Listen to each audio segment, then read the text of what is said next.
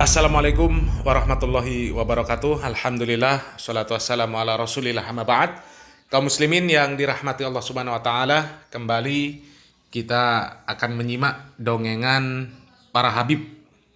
Dan kali ini ada dongengan dari Habib Bahar, bahwasanya ada seorang Habib yang ketika sholat subuh, kemudian di rakaat kedua pada saat tasyahud, kemudian tiba-tiba Habib tersebut mengalami fana.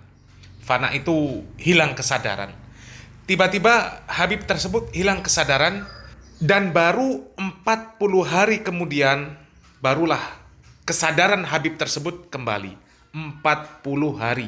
Bayangkan kaum muslimin, 40 hari tidak makan, tidak minum, tidak beranjak dari tempat duduknya ketika sholat. 40 hari, luar biasa ya. Kita simak videonya. Abahnya Habib Abdul Qadir. Itu beliau pernah sholat subuh. Ketika rakaat kedua, tasyahud akhir, itu tiba-tiba beliau fana. Jadi lagi tasyahud akhir gitu. Tiba-tiba fana, diam. Lupa segala-galanya.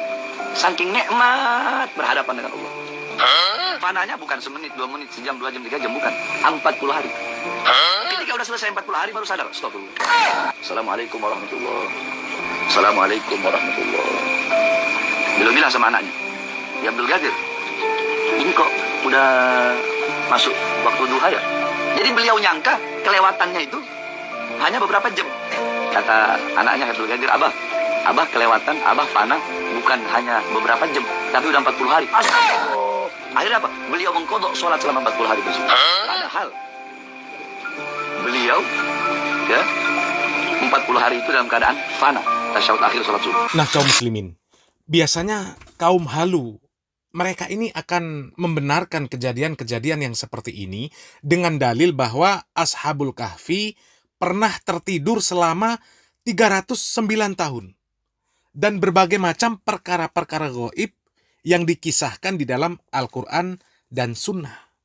Kemudian, kalau kita tidak percaya dengan cerita-cerita seperti dongeng yang diceritakan oleh Habib Bahar tersebut, maka dikatakan kita ini juga tidak percaya dengan kisah Ashabul Kahfi. Karena itu aneh juga, ya. Dikatakan kita tidak percaya dengan perkara yang gaib. Padahal kita percaya kisah Ashabul Kahfi. Bahkan percaya 1000%. Atau mungkin bahkan lebih, percaya penuh. Tidak ada keraguan sedikit pun. Karena Al-Quran yang mengabarkan. Dan Al-Quran ini adalah petunjuk bagi orang-orang yang beriman kepada perkara-perkara yang gaib. Jadi kita percaya penuh ketika ada kabar dari Al-Quran dan hadis yang sahih tentang perkara-perkara, kejadian-kejadian yang di luar nalar dan akal manusia. Kalau Al-Quran yang mengabarkan, maka kita percaya. Jangankan hanya Ashabul Kahfi, ya, jangankan Ashabul Kahfi. Dikatakan di dalam Al-Quran bahwa ada seorang wanita yang bisa hamil tanpa suami. Kemudian anaknya menjadi nabi. Kita percaya, kaum muslimin. Percaya. Karena Al-Quran yang menceritakan. Kemudian alam semesta. Alam semesta dengan segala isinya. Awalnya tidak ada sama sekali. Kemudian diciptakan oleh Allah menjadi ada. Maka kita percaya. Karena yang memberitakan itu adalah Al-Quran. Dan buktinya ada. Al-Quran itu adalah bukti yang sangat ilmiah. Begitu juga para ulama. Mereka menjelaskan kesemuanya itu dengan sangat ilmiah di dalam kitab-kitab mereka. Tapi kalau dongengan-dongengan wali, dongengan-dongengan yang seperti diceritakan oleh Habib Bahar, itu asalnya dari mana? Periwayatnya siapa? Buktinya apa? Tidak ada. Tidak ada satupun riwayat bahwasanya ada ulama ahlus sunnah yang saking merasa nikmatnya beribadah kepada Allah Subhanahu wa Ta'ala, kemudian mereka menjadi fana. Mereka tidak sadar. Ya, tidak ada.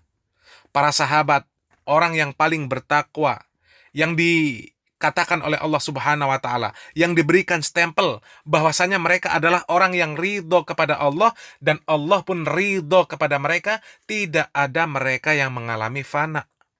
Ya, tidak ada mereka ini yang beribadah sampai hilang kesadaran. Jadi kisah-kisah yang seperti ini hanyalah kisah dongeng fiktif, ya, kisah fiktif seperti dongengan yang disampaikan oleh seorang Habib yang katanya ada pesawat yang terbangnya mundur. Itu kan hanya dongeng. Dongeng. Hanya orang-orang yang jahil yang percaya dengan kisah-kisah seperti itu. Dan tidak ada ulama Ahlus Sunnah wal Jamaah yang meriwayatkan kisah-kisah seperti itu. Jadi, bagaimana mau dipercaya? Dan memang para sufi tasawuf itu banyak sekali yang suka menyebarkan cerita-cerita halu, cerita-cerita dongeng, cerita-cerita fiktif. Bahkan orang yang hilang kesadaran, ya, orang gila pun dianggap wali, dianggap orang soleh. Orang hilang kesadaran, orang gila, kok dianggap wali, dianggap soleh? Dari mana dasar hukumnya? Orang gila itu kan orang yang kita tahu lah. Mereka itu orang yang jiwanya sakit, tidak bisa berpikir normal. Dengan dirinya sendiri saja tidak tahu, tidak bisa mengurus diri sendiri, tidak bisa beribadah, tidak bisa bertakwa dengan baik. Bahkan dalam ilmu kedokteran, kalau orang yang gila itu dinamakan ODGJ, orang dengan gangguan jiwa. Jiwanya terganggu. Kok bisa dianggap sebagai wali? Ini sungguh aneh tapi nyata. Padahal definisi wali itu sangat gamblang dijelaskan di dalam Al-Quran. Di dalam surat Yunus, Allah Subhanahu wa taala mengatakan, "Ala inna awliya Allah la khaufun alaihim walahum yahzanun. Alladzina amanu wa kanu yattaqun." Jadi definisi wali Allah menurut Al-Quran adalah mereka orang-orang yang beriman dan yang selalu bertakwa kepada Allah Subhanahu wa taala.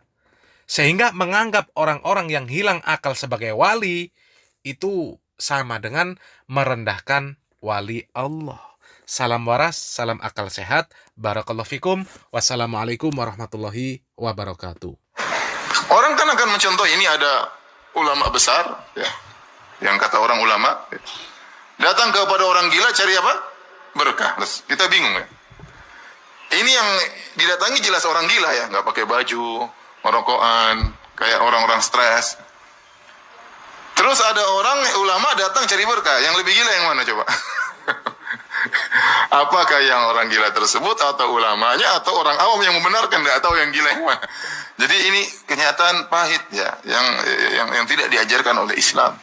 Itu bayangkan kalau ada agama lain lihat oleh Islam kayak begini, orang paling top begini hasilnya. Iya tidak? Wali kan tingkatan tinggi wali. Siapa yang tingkatan paling tinggi adalah Rasul, kemudian Nabi, kemudian wali. Wali itu tingkatan paling tinggi selain para Nabi. Ternyata wali modelnya seperti ini. Ya, gila, kemudian stres. Apalagi kalau kita baca ada buku tentang Karamatul Aulia, karangan sebagian orang sufi. Wali yang inilah, yang anulah, yang tidak sholat lah, yang tidak pernah mandi lah, yang terkadang berhubungan dengan hewan lah, subhanallah. Apakah seperti itu? Islam mengajarkan seperti itu? Tapi zaman sekarang masih laku seperti itu, masih ada aja laku bahwasanya wali ini wali majdub yang begini begini yang tidak kita dapati dalam ajaran Nabi Shallallahu Alaihi Wasallam. Tidak ada di kalangan para sahabat seperti itu, tidak ada di kalangan para tabiin seperti itu. Kemudian kita mau bikin aturan baru, orang gila bisa jadi apa? Wali. Saking berilmunya dia maka jadi gila, subhanallah. Ini gimana? Saking dekatnya kepada Allah malah jadi apa? Orang gila. Apa pandangan orang di luar Islam? Ini, ya, orang paling top dalam Islam gila. Saking hebatnya dia maka dia jadi apa? Gila. Kemudian datang dai-dai di YouTube sekarang juga malah membenarkan, iya benar ada wali namanya wali majdub, ada wali namanya wali sinting, ada. Ya, subhanallah. Saya nggak tahu gimana cara berpikir mereka, ya. Ya. Taib, coba sebutkan caranya untuk bisa jadi sinting itu gimana caranya coba? Kan kita semua orang berhak jadi wali. Antum mau jadi wali nggak? Mau jadi orang gila? Antum mau jadi wali? Ya? Sebutkan. Kalau Allah jelaskan jelas mau jadi wali, caranya begini, dekat kepadaku. Dengan perkara yang wajib, perkara yang sunnah jadi wali. Tidak perlu tunggu stempel orang mewalikan Anda. Allah langsung mewalikan Anda.